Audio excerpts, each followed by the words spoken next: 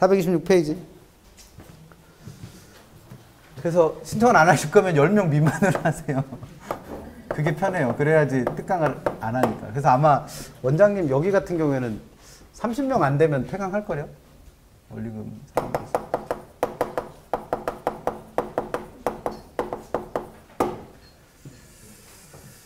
녹화 뜨시는 분은 이거 지우세요. 원리금 상환 방법. 여기서는 원리금을 균등하게 분할해서 상환하는 저당대출 하고, 그 다음에 원리금 중에서 원금만 균등하게 분할해서 상환하는 저당대출하고, 그다음 세 번째 체증식, 원리금이 점점점 늘어나는 체증식 상환 저당대출 구별하는 문제입니다. 그래서 책에서는 이거를 고정금리의 한 종류인 것처럼 설명해 놨잖아요. 사실 별도 얘기예요, 별도요. 이자율 조정 여부하고 원리금을 상환하는 방법은 별도의 얘기인데 책만 이렇게 써놓은 거니까 그거 무시하시고 읽으셔도 상관없습니다. 그래서 원리금 균등분할 상환에서 제일 먼저 공부하실 건 개념 알아야죠, 개념. 그래서 우리 책에 A, B, C 나와 있는 게 개념이에요, 개념. 개념. 그래서 얘는 이름 그대로 내가 은행에다 지불할 원리금이 매년 어떻도록 균등하도록 나눠서 상환하는 저당대출을 말합니다. 그럼 이름에 나와 있는 대로 내가 은행에다 갖다 줘야 될 원리금 상환액, 즉 저당 지불액은 매년 어떻다?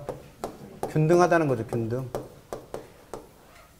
그러면 우리가 배운 거를 응용해서 이 균등한 원리금을 어떻게 구할 거냐 이거예요. 균등한 원리금. 그래서 원리금의 크기는 원리금 균등 상환 방식에서 원리금의 크기를 구하고 싶을 때는 내가 처음에 빌린 대출금, 이걸 금융론에서 뭐라 부른다고요? 융자 원금이라 부른다고 그랬어요. 융자 원금에다가 뭘 곱해서 저당 상수를 곱해서 원리금의 크기를 구하고, 그 크기가 매년 어떻다? 균등하다. 근데 실제로 이 원리금 속에는 이자도 포함되어 있고 당연히 원금 상환하는 부분도 포함되어 있을 거예요. 그럼 이 이자는 어떻게 변하고 원금은 어떻게 변하는지를 알고 계시라는 거죠. 그러면 이자 같은 경우에는 내가 빌린 돈에 대해서 항상 이자를 지급하는 게 아니라 갚고 남은 돈에 대해서 이자를 갚는 거죠. 그래서 갚고 남은 돈을 융자 잔고 또는 투자론에서 미상한 저당자금이라고 부른다고 했으니까 그 융자 잔고에다가 뭘 곱해서 이자율을 곱해서 계산한다는 거죠. 그럼 얘는 지금 고정금리를 가정한다는 얘기는 이자율에는 변화가 있다 없다? 없다. 그럼 이자율에는 변화가 없지만 원금을 상환하는 만큼 뭐가 계속 줄어드니까 융자 잔고는 계속 줄어드니까 이자 크기는 계속 어떻게 되어 있어요? 감소하겠죠. 그래서 그걸 체감한다라고 표현합니다. 그러면 이 두 개를 합한 게 원리금인데 얘의 크기는 똑같은데 얘가 점점점 줄어들면 이거 줄어드는 만큼 얘는 어떻게 되는 거예요? 점점 늘어나겠죠. 그래서 원금 상환액의 크기는 계산할 때 저당상수 이용해서 구한 원리금에서 이자율을 이용해서 구한 이자를 어떻게 하고 나면 빼고 나면 원금이 되는 거고, 그 원금 상환액의 크기는 얘가 줄어드는 만큼 반대로 어떻게 된다? 점점 늘어납니다. 그래서 시험 문제 물어보는 첫 번째가 이거 물어요, 이거. 원리금 균등 방식에서 원리금 어떻게 되고 원금 어떻게 되고 이자 어떻게 됩니까? 그럼 이걸 말로 물을 수도 있고, 또는 그 옆에 427페이지 그림 나와 있는 것처럼 그래프로도 물어요, 그래프로도. 그러면 원리금 상환액의 크기는 매년 어떠니까? 균등하니까 이렇게 되는 거고, 이자는 줄어드는데 그럼 처음에는 많았다가 이자가 점점 어떻게 된다는 거예요? 줄어든다는 얘기죠. 줄어든다. 근데 이 이자 줄어드는 모양이 원금이 상환되는 만큼 이자가 주는 거잖아요. 근데 처음에는 원금이 어떻게 해? 조금만 상환을 하다가 나중으로 갈수록 그 원금이 어떻게 돼요? 많아지죠. 그러면 이자 줄어드는 크기가 처음에는 점점점 조금 줄다가 갈수록 어떻게 준다? 많이 준다는 거예요. 그래서 얘를 그래프로 그리면 이런 모양의 곡선이 나옵니다. 그래서 처음에는 조금씩 이자가 줄다가 나중에 가면 많이 주는 거죠. 그러면 그 이자 주는 만큼 뭐가 늘어난다고 했으니까? 원금이 늘어난다고 했으니까 원금 상환액은 이 그래프를 그대로 뒤집은 모양으로 이렇게 늘어나는 거죠.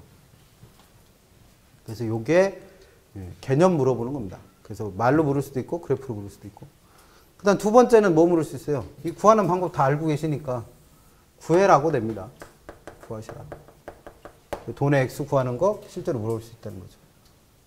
요게 이제 개념에 대한 얘기고, 두 번째 공부하실 건 그 밑에 나와 있는 것부터가 이제 특징이에요. DEF에 나와 있는 거, 특징. 그래서 특징은 첫 번째, 얘는 초반에는 갖다 주는 돈 중에 대부분이 이자. 그래서 원금은 적고 이자는 많다고 그랬으니까, 처음에는. 그래서 이자는 줄어들고 원금은 늘어난다고 그랬으니까, 초반에는 대부분 갖다 주는 돈이 뭐다? 이자. 그래서 이게 어느 정도나 이자가 많냐면, 초반에는. 그래서 처음에 빌린 기간, 융자 기간에 3분의 2 정도가 지나면 내가 빌린 돈 중에서 절반을 갚아요.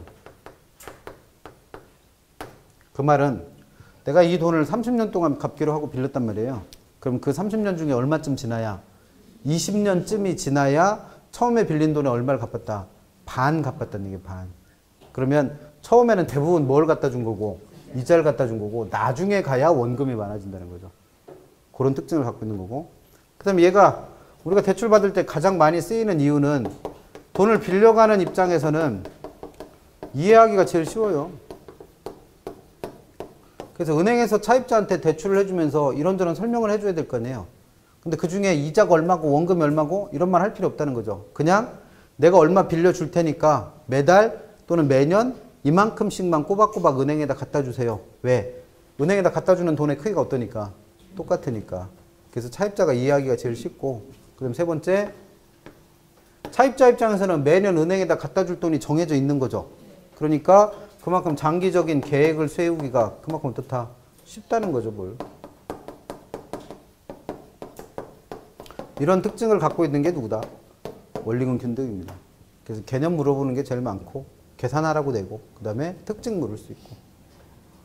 이거랑 구별하셔야 될 게 이제 원금 균등인데, 얘는 이름 그대로 원리금 상환하는 것 중에 누구만?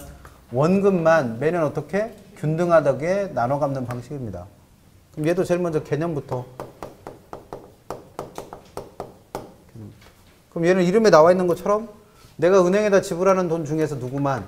원금 상환액만, 원금 상환액의 크기만 매년 어떻다? 균등하다는 거예요, 균등. 그럼 이 원금 상환액을 어떻게 구할 거냐라는 거죠. 그럼 이런 건 예를 들어서 내가 은행에서 1억을 대출받았다. 그럼 이게 대출 원금, 융자 원금이면 내가 은행에다 상환해야 되는 돈은 딱 1억만 갖다 주면 된다? 가 아니죠. 이 안에 뭐가 붙기 때문에? 이자가 붙기 때문에 훨씬 더 많은 돈을 갖다 줘야 돼요. 근데 그건 다 신경 쓰지 말고 누구의 크기만? 요 원금의 크기만 예를 들어서 10년에 걸쳐 매년 똑같이 나눠 갚는 거예요. 그럼 1년에 얼마씩 갚으면 돼요? 나눠서 1,000만 원 갚으면 돼요. 1,000만 원. 그게 뭘 구하는 식이다? 균등한 원금을 구하는 식입니다. 그래서 원금 상환액의 크기는 요 1억을 뭐라 불러요? 처음에 빌린 돈. 융자 원금을 10년은 뭐예요? 융자 기간이죠. 뭘로 나눈 겁니다. 근데 얘가 연 상환이니까 매년 상환이니까 10으로 나눴잖아요.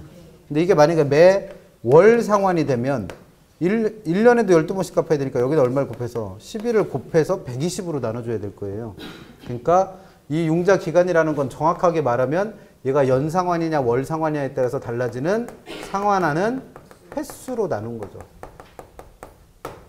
그래서 이렇게 원금의 크기는 매년 균등하고 실제로 은행에다 갖다 줘야 될 돈은 이자도 포함되잖아요. 이자.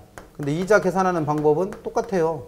그래서 융자 잔고에다가 뭘 곱해서 이자율을 곱해서 계산하는데 얘도 마찬가지로 이자율은 똑같다 하더라도 왜? 고정금리를 가정한다고 그랬으니까. 이자율은 똑같다 하더라도 원금 상환하는 만큼 뭐가 주니까 융자 잔고가 줄어드니까 이자의 크기는 계속 어떻게 되는 거예요? 줄어드는 거예요. 그럼 내가 실제로 은행에다 갖다 줘야 될 돈은 이 두 개를 합한 돈이죠. 그게 이제 원리금 상환액인데 그럼 이 원리금 상환액은 얘도 저당 상수를 이용해서 구하면 된다? 가? 아니죠. 왜? 얘에서 저당 상수를 이용할 수 있었던 이유는 이 원리금의 크기가 매년 어떻기 때문에 균등하기 때문에 매년 일정한 금액씩 상환하는 연금의 성격을 갖기 때문에 이걸 저당상수를 이용해서 구한 거예요. 근데 얘는 연금이 아니죠. 왜?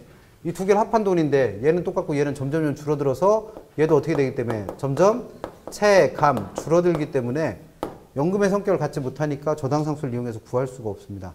그러면 시험 문제는 어떻게 되는 거예요? 원리금 상환액을 구해라 하면서 요걸 이용해서 뭘 따로 구하고 원금 상환액 따로 구하고 요거 이용해서 이자 따로 구해서 더해서 구해야 되는 거죠. 그래서 일단 얘도 시험 문제 물을 수 있는 거 첫 번째는 개념 물어요. 개념. 그 다음에 이 개념을 이렇게 말로도 표현할 수도 있지만 역시나 뭐로? 그래프로. 그래서 우리 책 428페이지 가보시면 원금 균등 방식의 상환 방법을 설명해 놨죠. 그래프로. 그러면 원금 상환액은 이름 그대로 어떻다는 거예요? 매년 균등해요. 근데 이자가 줄어드는 건 얘랑 똑같은데 그 줄어드는 모양이 얘는 처음에는 원금이 조금씩 줄다가 나중에 많이 줄어드니까 이자도 큰 폭으로 줄은 거잖아요. 근데 얘는 원금 줄어드는 크기가 매년 어떻다? 같아요. 왜? 매년 똑같은 금액씩 갚으니까.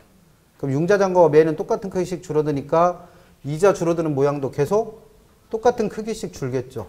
그래서 이자 지급액의 모양을 그래프로 그려보면 이렇게 직선의 형태로 줍니다. 이것도 구별하실 수 있어야 돼요. 그 다음에 이 두 개를 합한 금액이 뭐라고 그랬습니까? 원리금이라고 했으니까 원리금의 크기도 매년 이렇게 직선의 형태로 줄어든다는 거죠. 그래서 그래프가 이런 모양으로 나와요.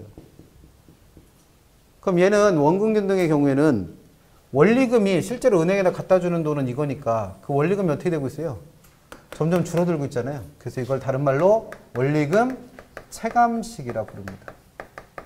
그래서 뭐 책을 보거나 아니면 은행 홈페이지 같은 데 들어가 보시면 체감식 상환 이런 말이 나와요. 그럼 아 얘는 누굴 말하는구나. 원금 균등을 말하는 거야.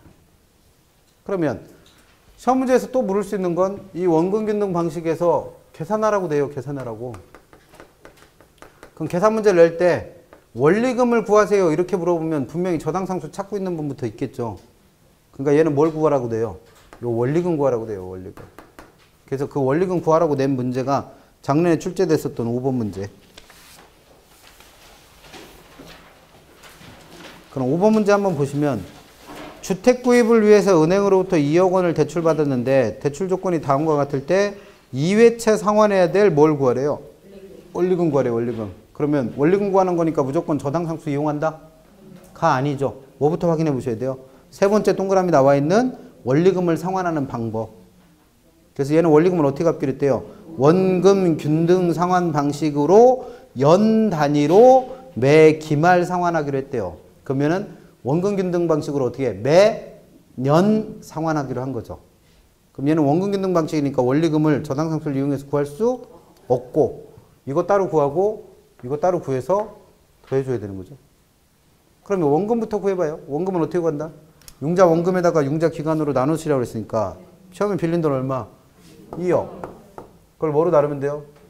20년. 그럼 왜 20년을 나눈 거예요? 매년 상환이니까 돈을 갚는 횟수가 몇 번이에요? 20번이잖아요. 그래서 20으로 나눈 거예요. 그러면 1년에 얼마씩? 1,000만 원씩 어떻게 균등하게 상환하기로 한 거죠. 그 다음에 이자를 구해야 되는데 얘는 2회차의 원리금을 구하라고 했잖아요. 그럼 이자가 몇 회까지 되는 거예요? 2회. 그럼 얘는 왜 1회고 2회고 안 따져본 이유가 뭐예요? 1회나 2회나 10회나 20회나 금액이 똑같잖아요.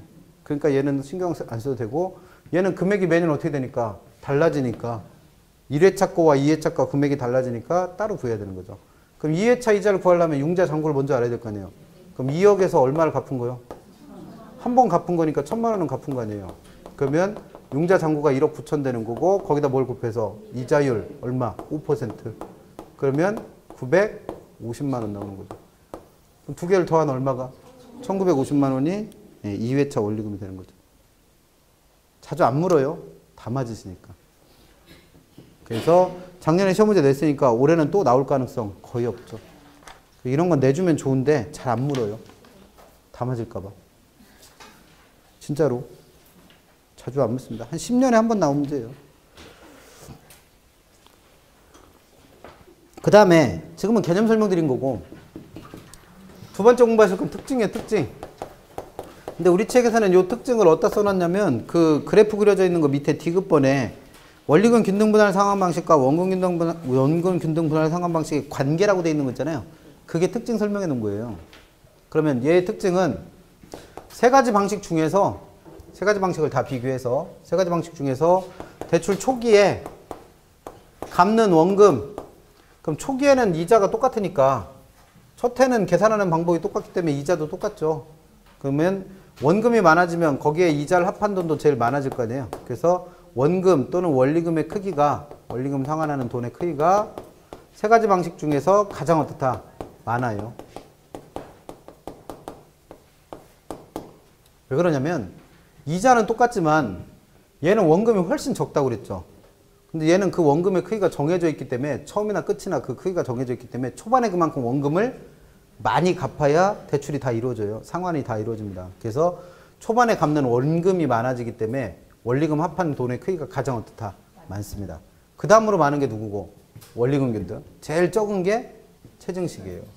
그러면 요거 갖고 시험 문제 내는데 이거랑 같은 의미로 쓰일 수 있는 말이 초반에는 돈을 빌린 차입자 입장에서는 그만큼 원금을 갚아야 될 게 많으니까 그 상환에 대한 부담이 다른 방식에 비해서 어떻다? 가장 큽니다. 그럼 그 말은 대출자, 돈을 빌려준 사람 입장에서는 그만큼 차입자가 돈을 빨리빨리 갚아주니까 자기가 빌려준 돈의 횟수가 그만큼 어떻게 일어난다? 가장 빠르게 나타납니다. 그럼 그 말은 초반에 차입자가 생각을 바꿔서 조기 상환을 해버린 거예요. 만기 전에 상환을 한 겁니다. 중도 상환을 한 거예요. 그러면 남아있는 돈이 있겠죠. 우리가 얘기하는 뭐예요? 미상환 저당장금. 그러면 이걸 투자론에서, 아니, 금융론에서 뭐라 부른다 그랬습니까? 융자잔고라 부른다 그랬으니까 이 융자잔고 남아있는 크기가 세 가지 방식 중에 가장 적게 남겠죠. 왜? 초반에 많이 갚아놨잖아요. 그래서 융자잔고가 제일 조금 남습니다.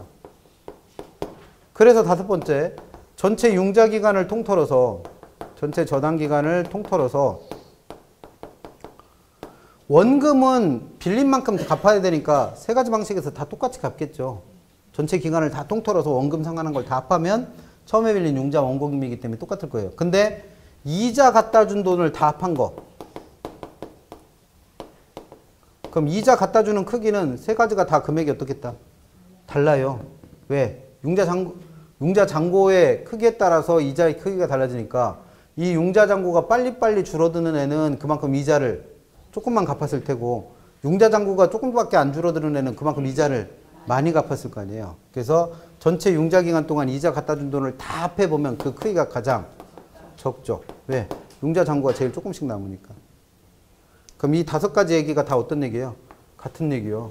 왜? 초반에 돈 제일 많이 갚기 때문에 나온 얘기죠.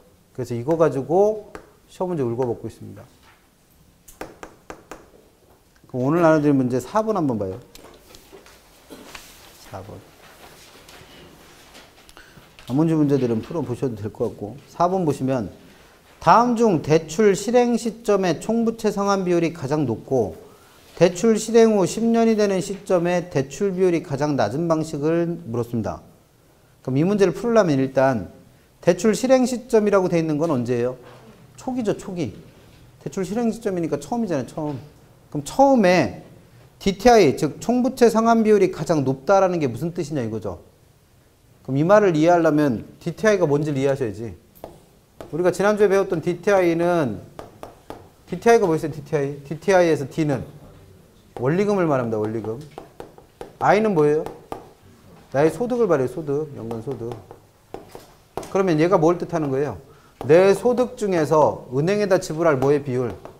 원리금의 비율. 근데 그 원리금이 저당 대출에서는 원리금이고 기타 부채에 대해서는 뭐였어요? 이자. 그러니까 DTI라는 게 뜻하는 바는 뭐다?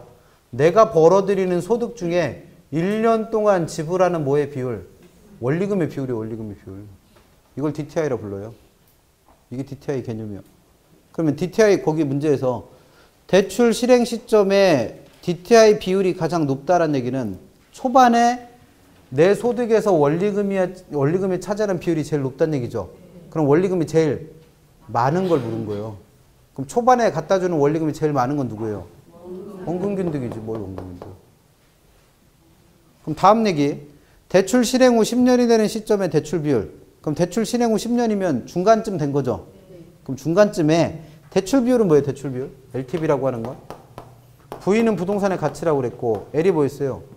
부채 또는 대출금. 그래서 LTV 어떻게 구해요? 내가 담보로 제공할 부동산 가치에 대해서 내가 빌려온 대출금의 비율이잖아요. 그러면 대출 실행 후 10년이 지난 시점, 그럼 초반에 10년 동안 열심히 갚았다는 얘기죠. 그리고 그 중간에 남아있는 대출금이 뭐예요? LTV요. 남아있는 대출금의 비율. 그럼 그 남아있는 대출금의 비율이 가장 낮다는 얘기는 초반에 돈을 겁나 열심히 갚은 거죠. 그럼 그게 누구요? 원금 균등이지. 내가 이걸 몰라서 틀리는 게 아니에요. DTI가 뭘 뜻하고 LTV가 뭘 뜻하는지 모르면 모르요 이거. 그래서 맨날 얘기하지만 DTI는 뭘 뜻한다? 내 소득에서 뭐가 차지하는 비율? 원리금. LTV는 뭘 차지한다? 내 부동산 가치에서 대출금이 비율입니다. 그래서 초반에 원리금이 많은 거와 중간에 대출금이 제일 조금 남아있는 거 물어본 거예요. 그럼 그게 누구예요? 원금 균등. 시험 문제는 그런 식으로 내니까. 그 다음에 마지막 남아있는 체증식은 체증식. 일단 체증한다는 게 무슨 뜻인지는 알죠 이제. 점점 늘어난다는 얘기예요. 근데 이 체증하는 주체가 누구다? 내가 은행에다 지불할 저당 지불액, 즉 원리금 상환액을 말해요. 그래서 체증식이라는 거의 개념은 처음에 은행에다 갖다 주는 원리금은 적었다가 그 원리금 상환액의 크기가 점차 어떻게 되는 거? 증가하는 걸 말합니다. 이걸 체증식이라 불러요. 그럼 얘는 이렇게 갚는 이유가 처음엔 나도 돈도 많이 갚아주고 싶어요. 근데 소득이 없어서 얼마 못 갚는 거예요. 그래서 처음에 소득이 낮을 때는 조금만 갚다가 앞으로 소득 많아지면 많이 갚겠다라고 약정을 한 거죠. 그래서 지금 당장은 돈이 없지만 앞으로 장래에 소득이 늘어날 것으로 예상되는 사람들한테 많이 활용될 수 있는 게 뭐다? 이게 체증식입니다. 그러면 원금 균등은 어떤 사람한테 유리하다는 거예요? 지금은 많이 갚지만 앞으로 갈수록 갚아야 될 돈이 점점 줄어드니까 지금은 소득이 많아서 많이 갚을 수 있지만 나중에 소득이 줄어들 것으로 예상되는 사람한테는 이 방식이 더 타당할 거라는 거죠. 그 다음 얘는 매년 갖다 줘야 될 돈이 정해져 있으니까 똑같으니까 그만큼 소득이 어떻게 일정한 사람이라면 이걸 쓰는 게 좋겠고. 그래서 세 가지 구별하시면 돼요. 그 다음 얘 단점도 있는데 단점은 초반에 갖다 주는 돈이 얘랑은 비교도 못할 만큼 적어요. 그래서 그만큼 대출자 입장에서는 빌려준 돈이 자기한테 잘 안 돌아오죠. 그래서 대출자의 원금 회수가 다른 방식에 비해서 훨씬 늦다라는 건 단점이고, 그 다음에 소득이 늘어날 걸 예상하고 원리금을 늘리기로 한 거죠. 근데 그 원리금 늘어나는 걸 소득 늘어나는 게 못 따라가요. 즉 1년에 원리금은 1,000만 원씩 늘리기로 했는데 내 소득은 1년에 1,000만 원씩 안 늘어. 그럼 이 돈 갚는다 못 갚는다? 못 갚겠죠. 그래서 이럴 때는 돈을 못 갚을 수도 있습니다.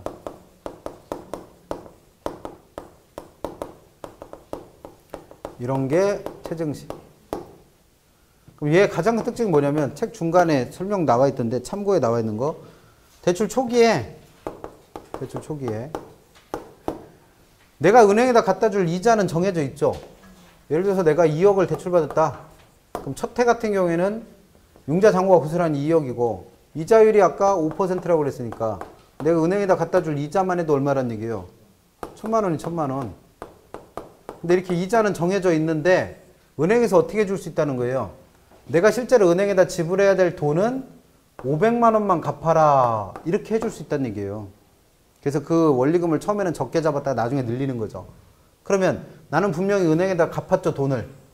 근데 그 갚은 돈이 뭐에도 못 미치기 때문에 이자에도 못 미치기 때문에 오히려 융자 잔고는 그만큼 어떻게 돼요? 늘어나요, 늘어나.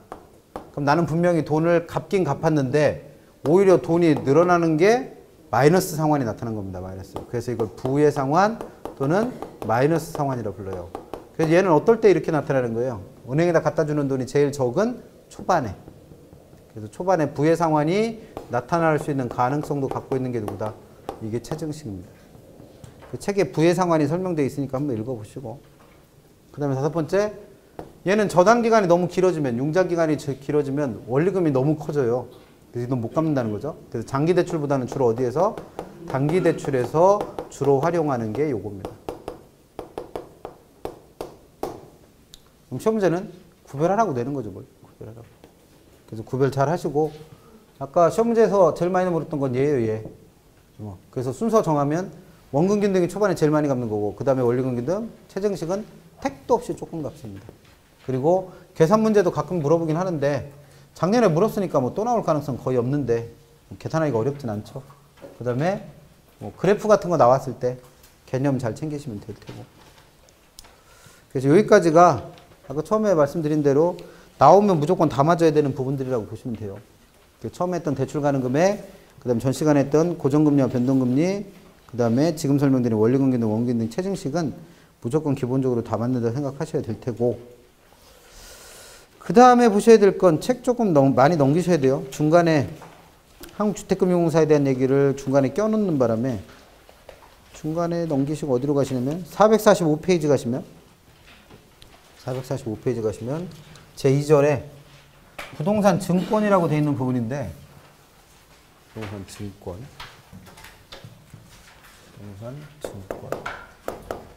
그래서 이게 저당의 유동화 제도에 대한 얘기입니다.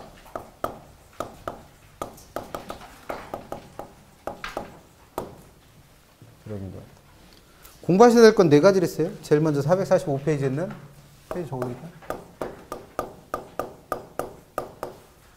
제일 먼저 개념, 죄송합니다. 개념이 아니라 구조 공부하셔야 되고, 두 번째 저당이 유동화되기 위한 전제 조건, 세 번째 저당이 유동화됨으로 나타나는 효과. 여기까지는 지난달에도 했죠.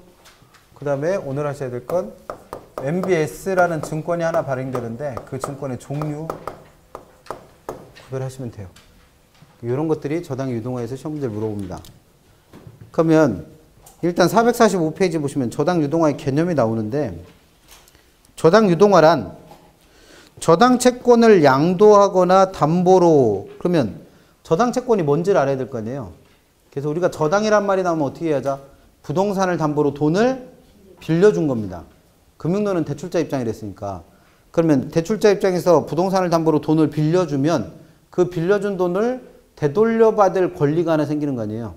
되돌려받아야 될 채권이 하나 생겨요. 이걸 두고 주택저당채권 또는 저당채권, 줄여서 저당이라 불러요. 저당. 그러면 대출자 입장에서는 부동산 담보로 돈을 빌려주니까 그 돈을 되돌려받을 저당채권이 하나 생겼는데, 그 저당채권을 어떻게 하는 거예요? 남한테 팔아요. 또는 이걸 담보로 또 뭘 발행해서, 채권을 발행해서 남한테 돈을 빌리는 겁니다. 그러면 그만큼 나한테 뭐가 들어와요? 현금이 들어올 거 아니에요. 그러는 제도를 저당의 유동화 제도라 불러요. 그래서 이런 저당의 유동화가 나타나는 시장을 두고 뭐란다? 이걸 저당시장이라 부르는 거고, 우리는 이 저당시장에 대해서 공부를 하시는 거죠. 그럼 공부하실 거 첫 번째는 한 페이지 넘겨서 446페이지 보시면 양가로 4번에 있는 저당시장의 구조를 먼저 공부하시라는 건데, 이 저당시장의 구조가 그 옆에 있는 447페이지에 있는 그림을 이해하시면 돼요. 447페이지에 있는 그림. 그럼 이게 무턱대고 외우실 게 아니라 논리적으로 생각해 보시면, 일단 저당이 유동화되려면 저당이 설정돼야겠죠. 그럼 저당이 설정된다는 얘기는 돈을 빌려가는 차입자와 돈을 빌려주는 대출자 사이에서 대출자가 차입자한테 자금을 융통해 주면 이 빌려준 돈을 담보할 권리를 뭐 하나 설정받아야 될 거 아니에요. 그래서 차입자가 대출자한테 뭘 설정해 준다? 저당권을 설정해 줘요. 그래서 차입자는 이 저당권을 기초로, 죄송합니다. 대출자는 이 저당권을 기초로 차입자로부터 이 돈을 되돌려 받을 수 있는 거죠. 그러면 대출자는 저당권 설정을 목적으로 이 돈을 빌려준 거다? 그건 아니죠. 얘한테 계속 뭘 받아야 되는 거예요? 이자를 받으려고 한 거예요, 이자를. 그럼 이 작업이 계속 되다 보면 대출자는 저당권이라는 권리는 계속 설정이 되지만 그만큼 자기가 가지고 있는 현금이 어떻게 되려요? 줄어들겠죠. 그러면 대출자는 자기가 가지고 있는 이 저당권을, 이 저당을 누군가한테 매각을 해서 그로부터 어떻게 할 수 있다? 자금을 조달해 올 수 있다는 거예요. 이런 걸 저당의 유동화 제도라 부릅니다. 그래서 우리나라 같은 경우에는 이 대출자로부터 저당을 매입해서 자금을 융통해 주는 데가 유동화 중개기관이라는 데가 그 역할을 한다는 거죠. 그래서 이 유동화 중개기관의 역할을 하고 있는 공기업이 한국주택금융공사라는 회사가 있는 거죠. 근데 주의하실 건 대출자가 유동화 중개기관한테 매각 내지는 채권을 발행하는 건 저당권 그 자체가 될 수 없다는 얘기예요. 왜냐면 이건 법적 권리니까. 그럼 대출자가 매각을 하는 건 이 대출자가 차입자로부터 뭘 담보로? 주택을 담보로 돈을 빌려주고 그 돈을 되돌려받을 채권을 양도를 하는 거죠. 그래서 이걸 줄여서 주택, 저당, 채권 또는 줄여서 저당. 우리 책에 있는 표현이라면 저당 채권. 그래서 이걸 영어로는 모기지라 불러서 M으로 표현을 한다는 거죠. 그래서 요게 유통이 되는 겁니다.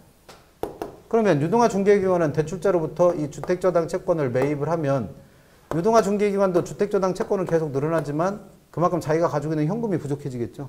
그러면 유동화 중개기관도 이 주택저당 채권을 누군가한테 매각을 해서 또 자금을 조달할 수밖에 없다는 거예요.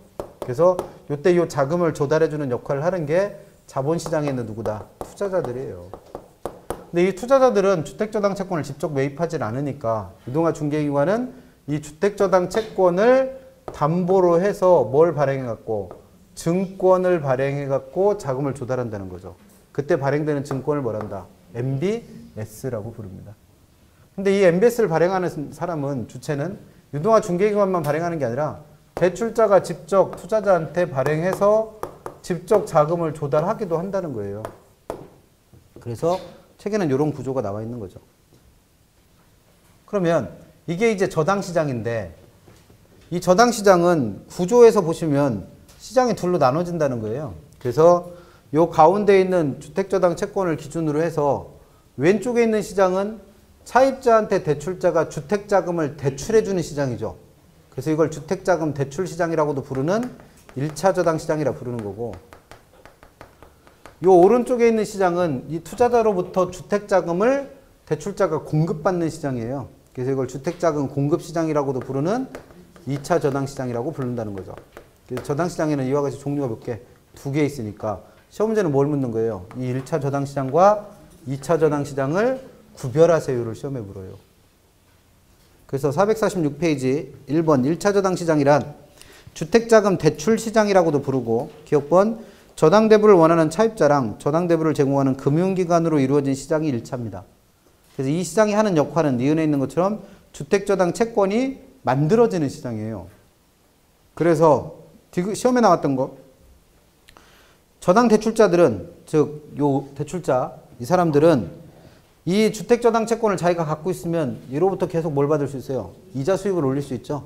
그래서 이걸 가지고 있으면서 이자 수입을 얻어도 되고 아니면 이걸 현금이 없다면 어떻게 해서 2차 저당시장에 내다 팔아서 자금을 조달해도 되고 그럼 시험에 나왔던 건 이 대출자들은 반드시 저당을 보유하고 있어야만 한다? 도 아니고 이걸 반드시 매각해야 된다? 도 아니라는 거예요. 그래서 그게 이제 시험에 나왔던 표현입니다.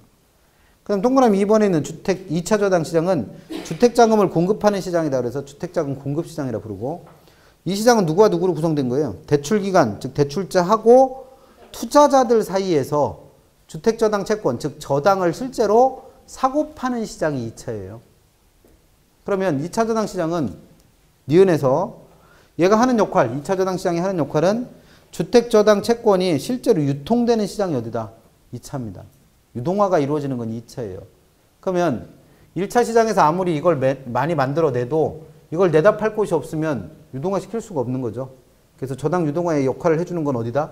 2차다, 2차. 그래서 시험에 나왔던 건 리을입니다, 리을. 1차 대출기관들은 어디에서? 2차 시장에서 그들이 설정한 저당을 팔고 필요한 자금을 조달하기 때문에 2차 시장에서 저당이 유동화될 때 아무 역할도 못하는 사람이 딱 한 명 있다는 거예요. 그게 누구? 원래 돈을 빌려간 차입자. 그러니까 이 시장에서 저당이 유동화되는 거기 때문에 여기에 들어가지 못하는 차입자는 2차 시장에서 저당 유동화되는데 아무런 직접적인 관련을 갖고 있지 않다는 얘기야. 않다. 그런 것들이 시험에 나왔었습니다. 그래서 비읍번 우리나라의 경우 저당채권 유동화를 담당하는 곳은 SPC라고 부르는 특별목적 회사도 있고 그 다음에 공기업 중에서는 한국주택금융공사가 이 역할을 하고 있다는 거죠. 그래서 나중에 한국주택금융공사의 업무를 배워야 된다며요. 그럼 한국주택금융공사의 업무 중에는 뭘 발행하는 것도 있겠다. MBS 발행하는 게 이 회사의 역할 중 하나입니다. 그래서 그걸 가지고 시험 문제 물어요. 어떻게 발행하며 걔네는 종류가 어떤 게 있고 뭐 이런 거 묻는 거죠. 그래서 그런 것 때문에 한국주택금융공사의 업무를 배우시는 거죠. 그럼 일단 구별하실 거 1차 시장과 2차 시장 구별 잘 하시고, 그 다음 두 번째 전제 조건은 우리 책으로는 그 446페이지 양가로 3번에 있어요. 446페이지 양가로 3번. 그럼 저당이 유동화되려면 일단 대출자 입장에서 생각해 보면 얘한테 돈을 빌려주는 이유가 그로부터 일정한 수익을 얻을 수 있어서죠. 그러면 이 대출자가 얻는 수익은 단순히 이자만 받는 게 아니라 빌려준 돈에 대한 뭐도 받아야 돼요. 원금도 돌려받아야 돼요. 그럼 우리가 투자론에서 불렀던 요 원금과 이자를 뭐라 그래요? 부채 서비스액. 그럼 투자론에서 부채 서비스액 설명드리면서 부채 서비스액은 차입자 입장에서는 갚아야 될 빚이지만 대출자 입장에서는 얘한테 돈을 융통해주고 얻는 뭐다? 수익이다. 그래서 요 원금과 이자를 대출자 입장에서 뭐라 부른다 그랬어요? 저당 수익이라 불렀고, 그에 대한 비율이 저당 수익률이죠, 뭘. 그러면 이 대출자가 얻을 수 있는 저당 수익률이 만약에 10%라고 가정을 해보고, 이러한 저당 수익을 얻을 수 있는 대출자가 현금이 부족해지니까 뭘 발행해서 주택저당 채권을 발행해서 얘한테 돈을 어떻게 한 거예요? 채권이니까 빌린 거예요, 빌린 거. 그럼 그 채권에 대한 뭐를 갚아줘야 돼요? 이자를 갚아줘야겠죠. 근데 그 만약에 이자율이 11%라고 가정을 해보는 거예요. 그럼 여기서는 이게 유동화 된다, 안 된다? 안 된다는 얘기예요. 왜? 이걸 거꾸로 생각해보면 이런 거예요. 대출자는 11원의 물건을 사다가 얼마에 팔고 있는 거예요? 10원에 팔고 있는 거예요. 그러면 남는 것도 없는 장사를 대출자가 할 이유가 없죠. 그래서 요 이자율, 요 둘의 관계를 따져봤을 때는 저당 수익률과 매매 이자율을 따졌을 때는 저당 수익률이 더 커져야지만 저당이 유동화될 수 있다라는 거죠. 그러면 이 주택저당 채권을 매입해서 MBS를 발행하는 유동화 중개기관 입장에서도 이 MBS라는 투자 상품을 투자자한테 팔으려면 그에 따라서 예상되는 수익률이 있겠죠. 그래서 이게 MBS의 기대 수익률인데, 그 수익률이 만약에 11%라고 가정을 해봐요. 그러면 유동화 중개기관 입장에서도 똑같죠. 11원에 물건 사다가 얼마에 파는 거니까 9원에 파는 거니까 얘는 발행한다, 안 한다? 안 할 거라는 거예요. 그럼 얘가 유동화 되려면 요런 관계, 즉 요렇게 돼야지 유동화 될 수 있다는 얘기죠. 그 다음에 이 MBS를 투자하는 투자자들 입장에서는 자기가 마음속에 생각하고 있는 최소한의 수익률이 있을 거 아니에요. 그걸 요구 수익률이라고 부릅니다. 그럼 우리가 투자론에서 배운 것처럼 투자자의 요구 수익률과 투자 안의 기대 수익률을 비교했을 때 누가 더 커야? 기대 수익률이 커야지 투자가 된다며. 그러면 요런 관계가 돼야지만 이 사람의 돈이 일로 공급될 수 있다는 얘기죠. 그래서 이게 전제 조건이에요. 그러면 저당 유동화 되는 과정에서 수익률 내지는 이자율이라고 표현할 수 있는 게 저당 수익률이라는 게 있을 테고, 두 번째 주택저당 채권으로부터 돈을 빌렸을 때 그 이자율이 있을 테고, 그 다음에 그 주택저당 채권을 담보로 해서 발행되는 증권의 기대 수익률이 있을 테고, 그 다음에 여기에 투자해야 되는 투자자 입장에서의 최소한의 수익률이 있을 거 아니에요. 그럼 이 네 가지의 관계가 이쪽 왼쪽에, 즉 1차 시장 쪽의 수익률이 다 어느 쪽보다 2차 시장 쪽보다 어때야만 커야지만 저당이 유동화돼서 이 돈이 일로 들어올 수 있다는 얘기죠. 이런 거 갖고 시험 문제 물어봅니다. 그 다음에 그 그림 밑에 보면 양가로 5번에 저당이 유동화됐을 때 효과 있어요, 효과. 그럼 이것도 억지로 외우려고 하지 마시고 논리적으로 생각해 보는 거예요. 이 저당을 유동화시킨 원래 주체는 누구예요? 저당 유동화의 원래 시작점. 차입자는 저당 시장에서 유동화되는데 아무런 역할을 못한다고 그랬잖아요. 그러면 대출자예요, 대출자. 그럼 대출자가 이걸 시작한 건데 대출자는 이걸 왜 시작을 한 거예요? 돈이 없어서, 현금이 없어서 그래요. 현금이 없어서. 그러면 저당을 유동화시킴으로 인해서 은행 입장에서는 뭐가 많아진다? 대출 자금이 많아지는 거예요. 그러려고 이걸 시작한 거니까. 그럼 이 대출 자금이 풍부해진다라는 걸 다른 표현으로, 같은 말로 은행 입장에서는 BIS 비율, 즉 자기자본 비율이 어떻게 된다? 상승한다. 그다음 현금이 많아지니까 그만큼 현금을 보유할 수 있는 능력인 유동성도 커진다. 그러면 현금이 부족해서 내가 손실을 볼 수 있는 위험인 유동성 위험은 그만큼 줄어든다는 거죠. 얘가 다 같은 말이에요. 그냥 돈이 많아졌다. 그럼 은행에 돈이 많아지면 그 다음 효과를 볼 수 있는 사람은 당연히 얘한테 가서 돈 빌려야 될 차입자예요, 차입자. 그럼 차입자는 은행에 돈이 많아졌으니까 그만큼 대출받기가 쉬워진 거죠. 그래서 자금 차입이 쉬워진 겁니다. 그럼 자금 차입이 쉬워졌다라는 말은 그만큼 은행에서 돈을 많이 빌려준다는 얘기고, 그만큼 은행에서는 돈을 장기, 오랫동안 빌려준다는 얘기고, 그만큼 이자도 싸게 빌려준다는 얘기예요. 그럼 이렇게 돈을 빌려다가 이 사람은 뭐 하러 가겠어요? 집을 사거나 집을 지으러 가겠죠. 차입자가 돈 빌리는 이유는 그 둘 중에 하나니까. 그러면 그만큼 주택에 대한 수요와 주택에 대한 공급이 어떻게 될 수 있으니까? 늘어날 수 있으니까. 그러면 그만큼 주택시장이 수요도 늘고 공급도 는다는 얘기는 거래가 활발하게 이루어져서 주택시장이 어떻게 될 수 있다? 활성화될 수 있다는 거예요. 그런 내용들을 써놓은 거죠. 읽어보면 논리적으로 이해하실 수 있죠. 그 다음 세 번째는 이 MBS에 투자하는 투자자 입장에서는 어떤 효과를 볼 수 있냐 이거예요. 그럼 투자자 입장에서는 자기가 MBS라고 하는 새로운 상품에 투자를 해봤더니 그 돈이 어디까지 오는 거예요? 차입자, 즉 주택시장까지 오는 거예요. 그럼 얘한테 가는 수익은 이 차입자가 상환하는 이자 중에 일부가 얘한테 배당되는 거죠. 그러면 그 얘기는 차입자가 이자를 갚는 동안은 계속 투자자는 수익이 난다는 거죠. 그러면 이 돈을 빌려가는 기간이 주택담보대출의 경우에는 긴 게 뭐 30년까지도 가능하고 짧아봐야 10년이니까 그만큼 투자자 입장에서는 장기적으로 안정적으로 물론 수익률이 높지는 않습니다. 그래서 장기적으로 안정적으로 수익을 얻을 수 있는 투자안이 따로 하나 생긴 거죠. 그만큼 투자를 다양화시킬 수 있는 겁니다. 그 다음 네 번째, 우리 책에는 시장 입장 나와 있는데 시장 입장을 설명했죠. 뭘? 주택시장이 어떻게 될 수 있다? 활성화될 수 있다. 그럼 여기서는 이 저당의 유동화를 허용하고 지원하고 있는 공기업까지 만들어서 이걸 지원하고 있는 정부 입장에서는 어떤 효과를 볼 수 있느냐 이거예요. 그러면 자기네들끼리 돈 잘 빌려서 집 잘 사고 잘 짓고 있으니까 정부 입장에서는 그만큼 주택시장에 개입할 필요가 줄어드는 거죠. 그래서 이런 효과를 볼 수 있습니다. 효과 같은 거는 외우시는 게 아니고 그냥 잘 이해해 보시면 돼요. 개념을 잘 이해하시면.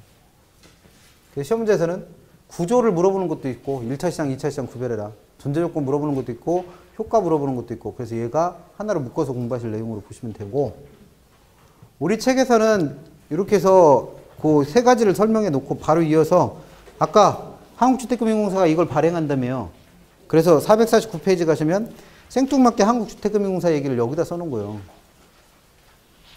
근데 그거는 나중에 조금 이따 보시고 우리가 보셔야 될 건 책에 458페이지 가셔서 458페이지 가셔서 이 MBS의 종류 보셔야 돼요. MBS의 종류. 그래서 MBS라고 하는 건 우리말로는 주택저당증권이라고 써놨죠. 그 이유가 M을 아까 우리는 뭐라고 읽었어요? 주택저당채권. M은 그걸 담보로 죄송합니다. M은 주택저당채권, B는 그걸 담보로 했다는 얘기예요. 그래서 발행된 뭐? 증권을 말합니다. 그러니까 MBS가 뭐예요? 그러면 그냥 해석하면 돼요. 우리말로. 주택저당채권을 담보로 해서 발행한 증권. 그러니까 개념은 아무것도 아니고 문제는 뭐예요? 그 밑에 있는 종류 보셔야 돼요. 종류. 그 종류가 네 가지 있는데 첫 번째 주택저당채권 이체증권 한글로 연락에 외워봐야 이대로 시험 문제 낸다는 보장이 없습니다. 그래서 영어로 외우세요. 그냥. 줄여서 뭐 MPTS. 그래서 개념하고 내용 잘 구별하시면 되고 그 다음에 2번에 주택저당채권 담보부 채권 얘는 법률에 나와 있는 거기 때문에 그대로 물어요. 그대로. 그래서 한글로 외우고 계셔도 상관없고 영어로는 MBB라 부릅니다. 개념하고 내용 하시면 되고 3번에 주택저당채권 원리금 이체채권 이대로 낸다는 보장이 없어요. 그래서 영어로 외우세요. MPTB. 그 다음 한 페이지 넘기시면 다개칭 채권이라 부르는 누구? CMO. CMO. 그럼 이 네 가지를 시험 문제에서는 구별하라고 돼요. 구별하라고. 그래서 구별하려면 거기 나와 있는 개념하고 내용을 다 이해하셔야 되는데 그걸 이해하기에 앞서 그 옆에 461페이지 가시면 표에 MPTS, MBB, MPTB, CMO를 구별해 놓은 내용이 있죠. 일단 이걸 이해하시고 들어가셔야 돼. 그래서 이걸 다 외울 수가 없으니까 문제 푸는데 필요한 것들은 일단 발행 형태에서 얘는 쉬워요. 끝에가 S로 끝나면 뭐요? 지분형. 끝에가 B로 끝나면 채권형. 그 다음에 끝에가 O로 끝나는 애가 있잖아요. O로 끝나는 애. 그럼 얘는 뭐요? 혼합형. 가운데 MPTB도 혼합형이라고 되어 있잖아요. 아니요. 얘는 채권이요. 그냥. 채권입니다. 그 다음에 발행증권의 종류라고 되어 있는 건 이 발행증권의 종류가 뭐냐면 계층의 문제예요. 계층. 즉 채권을 하나로만 발행했느냐 아니면 이걸 쪼개 발행했느냐. 그럼 다계층 채권이라 부르는 누구만 CMO만 계층이 여러 개고 나머지는 다 하나의 계층으로 발행합니다. 그럼 얘는 별거 아니니까 됐고 구별할 때 필요한 건 네 번째 나와 있는 주택저당 채권의 소유권. 주택저당 채권의 소유권. 이걸 다른 말로 저당권이라고도 표현해요. 주택저당 채권이 어디서 만들어진 거니까. 내가 빌려준 돈을 부동산을 담보하고 있는 저당권에서 만들어진 거니까 이걸 주택저당 채권의 소유권이라고도 표현하고 저당권이라고도 표현합니다. 그 다음에 그 밑에 보시면 원리금 수취권. 원리금 수취권. 그 다음에 그 바로 밑에 있는 조기상환 위험을 누가 부담하느냐. 그 다음에 그 밑에 있는 콜방어. 요 네 가지가 우선적으로 정리가 돼야 나머지 내용이 이해가 돼요. 그래서 공부하실 때는 일단 지금 정리해드린 그 네 가지를 외우시든 이해를 하시든 해서 정확하게 머릿속에 정리하고 계셔야 내용을 읽어도 뭔 소린지 이해가 돼요. 그래서 일단 구별하셔야 될 거 MPTS와 MBB와 MPTB와 CMO라는 네 가지 형태의 증권이 있는데 얘네들을 구별하셔야 된다는 얘기죠. 근데 구별하셔야 될 권리들이 책에 많은 게 있는데 그 중에서 우선적으로 구별해야 될 건 첫 번째 주택저당 채권 이걸 M이라 부른다 했죠. 그래서 이 M의 소유권을 누가 갖느냐. 두 번째는 원리금 수취권을 누가 보유하느냐.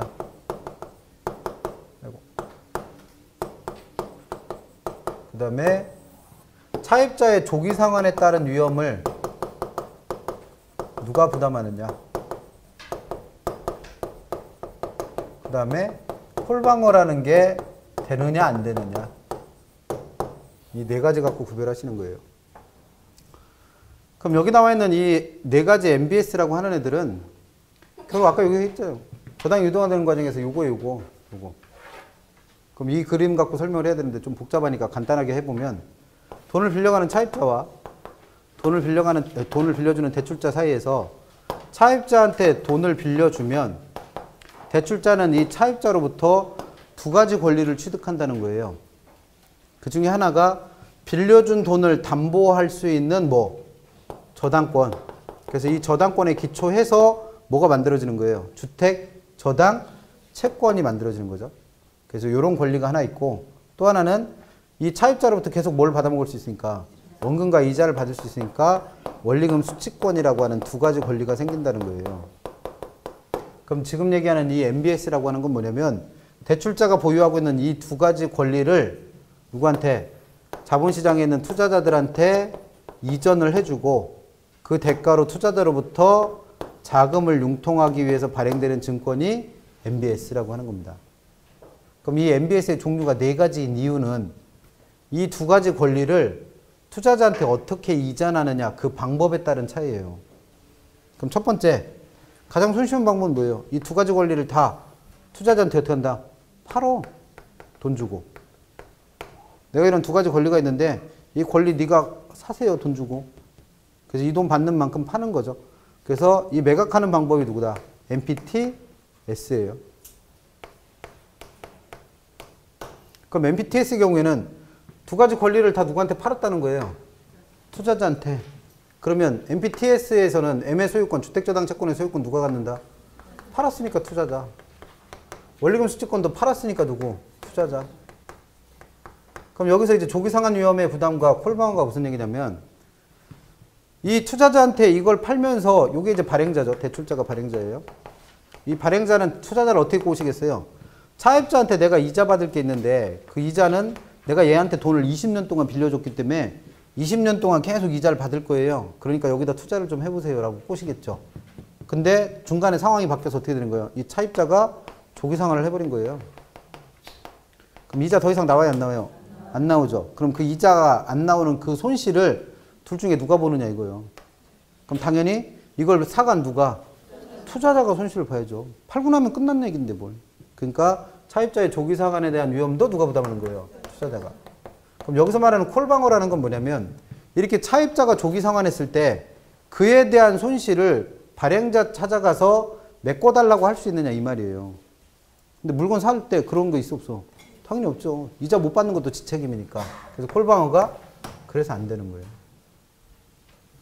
그럼 MBB는 뭐겠어요? MBB는 두 가지 권리를 다 발행자가 보유하는 거예요. 파는 게 아니라.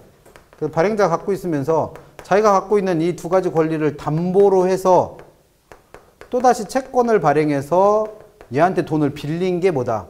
그게 MBB입니다. 그러니까 얘는 두 개를 다 파는 거고 얘는 어떻게 한 거예요? 이걸 담보로 돈을 빌린 거예요. 빌린 거. 그러면 MBB의 경우에는 두 가지 권리를 아직도 다 누가 갖고 있다? 발행자가 갖고 있는 거지. 이걸 담보로 해서 돈을 빌린 거니까.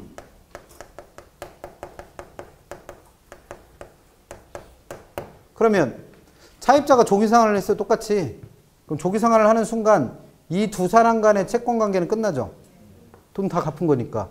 그러면 채권 관계가 여기서 종료됐으니까 얘가 얘한테 채권 발행해서 돈을 빌린 이 관계도 다 종료가 된다? 그럼 얘는 얘한테 더 이상 이자 안 줘도 되잖아요.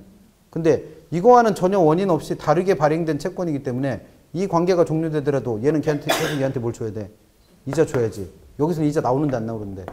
안 나오는데. 그래서 MBS에 대한 이자, 아니, 죄송합니다. MBB에 대한 이자는 계속 지불해야 되는 누가?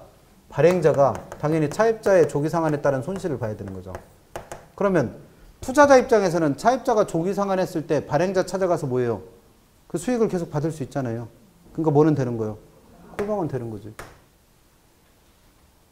그럼 MPTB와 CMO는 두 가지가 똑같아요. 형태가 같아요. 이거 두 개가 똑같은데 둘은 뭐냐면 두 가지 권리 중에 하나만 파는 거예요. 하나만.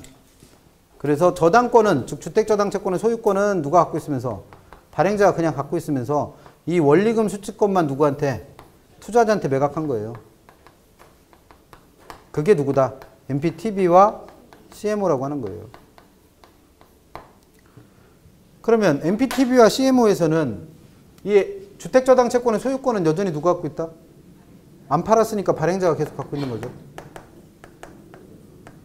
뭐 안 팔았으니까? 원리금 수취권만 팔았으니까 이건 누구한테 넘어갔고? 투자한테 넘어갔고. 그러면 차입자가 조기상환하면 이자 나와요? 안 나와요? 안 나오네. 그러면 그 이자 못 받아먹는 책임은 원리금 수취권을 인수한 누가? 투자자가. 얘한테 다 팔았는데 뭘 얘가 받아먹어야지. 그럼 이 둘의 차이는 뭐냐면 MPTB는 지금 얘기한 것처럼 투자자가 조기상환, 차입자가 조기상환을 했을 때 더 이상 이자 수익을 못 얻죠. 근데 그 이자 못 받는 걸 발행자한테 가서 달라고 한다 못한다? 못한다는 얘기예요. 근데 CMO는 뭐냐면 CMO는 이름이 아까 뭐였어요? 다계층 채권 이름에.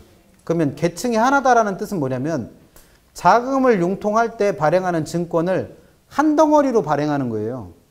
그래서 예를 들면 이때 빌려야 되는 돈이 또는 조달해야 되는 돈이 100억이다라고 가정을 해보면 이 100억을 하나의 채권으로 하나의 증권으로 발행한 게 1계층이란 얘기고 여러 개의 계층으로 쪼갰다는 얘기는 이 100억을 여러 조각으로 나눈 거예요. 이렇게. 뭐에 따라서? 금액에 따라서. 그래서 뭐 10억, 5억, 뭐 1억, 뭐 또 10억 또는 뭐 20억 이런 식으로 여러 개를 나눈 겁니다. 나눈 거. 그래 놓고 뭘 다르게 하는 거예요? 얘는 채권이니까 다계층 채권이니까 얘한테 돈을 어떻게 한 거예요? 빌린 거죠. 그럼 돈을 빌리는 기간을 정할 거 아니에요. 그래서 그 기간이 다 달라. 이렇게. 그러면 돈을 빌린 기간이 달라지면 당연히 뭐도 달라져요? 이자율도 다 달라지겠죠. 그렇게 해서 발행되는 채권을 뭐란다? CMO라 합니다. 그럼 그 중에 일부에 대해서 차입자가 조기상환을 했어요. 그럼 이 채권은 원인이 없어진 거죠. 그렇다 하더라도 나머지에서 계속 뭐가 받으니까 이자를 받아먹을 수 있으니까 그 이자를 투자자한테 넘겨줄 수 있잖아요. 그러니까 투자자한테 뭘 할 수 있는 거예요? 차입자가 조기상환하더라도 계속 수익을 보장할 수 있는 콜방어가 가능한 거죠. 이거 정리 안 되면 문제 하나도 못 풀어요. 책의 내용 아무리 읽어봐도 뭔 소리인지 못 알아듣고. 그래서 가장 먼저 이게 머릿속에 딱 정리돼 있고 나서 책을 읽으세요. 그래야 도대체 뭔 소리 하는지 이해가 되니까. 그래서 외우는 방법 정 나는 안 외워지더라. 그럼 이렇게라도 외우세요. MPTS에서는 T자가 들어가잖아요. T자. 그러니까 뭐요? 그래서 투투투요. T자 들어가니까. MBB에서는 뭐가 들어가요? B자가 들어가지. B자. 그러니까 뭐요? 그래서 발발발이고. 얘는 뭐예요? T자도 들어가고 B자도 들어가죠? 그럼 뭐요? B도 있고 T도 있는 거예요. 이렇게 해서라도 외우세요. 그래야지 문제를 풀어. 아니 문제 푸는 건 그만두고라도 그래야지 책이 읽혀요. 무슨 얘기인가. 그래서 일단 이거 정리해서 문제 풀면 웬만한 건 다 푸는데 가끔 가다가 이제 이 두 개를 구별해야 되고 이런 문제도 생겨요. 그러니까 책을 읽어보셔야 돼요. 어차피 구체적 내용은. 그래서 오늘 나눠드린 문제 9번 같은 게 8번이나 이런 것들은 뭐 앞에서 설명드린 이 부분에 대한 얘기니까 풀어보시고 9번 보시면 부동산 증권에 관한 설명으로 틀린 걸 골라보래요. 1번 우리나라 자산유동화 증권 제도는 자산유동화에 관한 법률에 의해서 도입되었다. 그냥 역사적 사실을 얘기한 거니까 됐고 2번 저당채권 저당대출 자동이체 채권 한글로 아무리 읽어봐야 뭔 얘기인지 모르겠죠. 그래서 영어로 기억하세요. 누구? M, P, T, B 앞머리 글자 따야 되니까 MPTB. 그럼 MPTB는 하나의 저당 집합에서 만기와 이자를 다양하여 발행한 여러 종류의 채권이다. 채권이 여러 개로 쪼개지는 건 누구 하나밖에 없다고 했어요. CMO. 그래서 만기와 이자율이 다르게 발행되는 건 CMO에 대한 설명입니다. 그럼 답은 2번 틀렸죠. 2번은 CMO에 대한 설명이니까. 그럼 3번 저당대출 자동이체 채권 이게 영어로 뭐예요? 그 바로 위에 있잖아. 바로 위에 MPT 바로 위에 있다니까. 2번에 앞에 있는 거하고 3번에 앞에 있는 글자가 달라요 지금? 앞에 있는 열자 두 개가 똑같잖아요. 한국 분들이잖아 지금. 2번에 저당대출 자동이체 채권이라고 돼 있고 3번도 뭐예요? 저당대출 자동이체 채권 두 개 똑같잖아요. 그럼 3번을 뭐라고 읽어야 돼 영어로? MPT B. 아 2번과 3번이 똑같다니까? 한국 분들 아니요? 그래서 영어를 생략한 거예요. 그냥 두 개가 똑같은 거라. 그래야 헷갈리잖아. 뭔지 모르고 못 풀고. 그럼 3번은 MPTB예요. MPTB. 그럼 MPTB는 저당채권 이체증권 이걸 영어로 뭐란대요?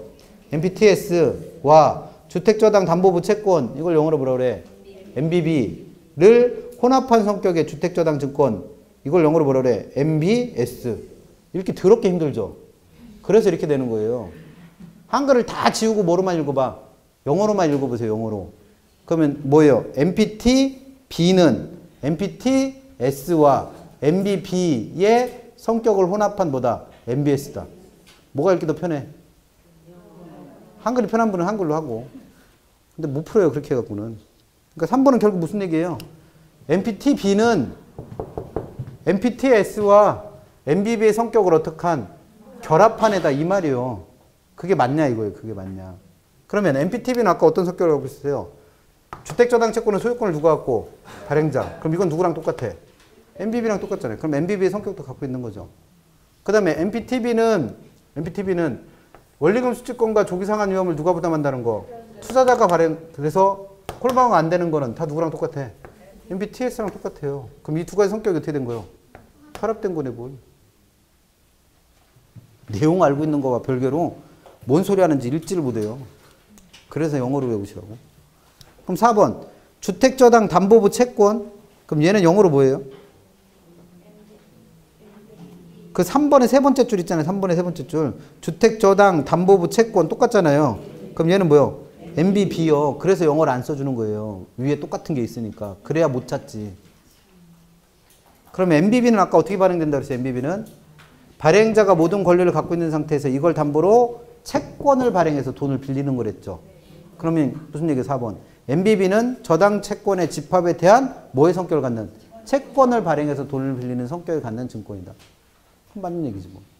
5번. 다계층 저당증권. 영어로 뭐예요? CMO. 그럼 CMO는 권리가 두 가지가 찢어지죠. 그럼 발행자가 갖는 권리가 뭐예요? 주택저당 채권의 소유권. 그래서 5번 보세요. CMO의 발행자는 뭐는 갖고 있다? 저당 채권에 대한 소유권은 갖고 있죠. 그래서 저렇게 써놨잖아요. 그러니까 이거 기억 못하면 문제를 못 풀어요. 그래서 발행자는 주택저당 채권에 대한 소유권을 가지면서 그걸 가지고 뭘 발행한 거예요? 채권 발행해서 돈 빌린 거예요. 근데 그 채권이 발행될 때 한 덩어리로 발행되는 게 아니라 어떻게 해? 여러 개로 쪼개서. 공부할 게 점점 많아지죠. 그러니까 앞에서 한 거 이해 못하면 계속 그게 발목이에요. 발목.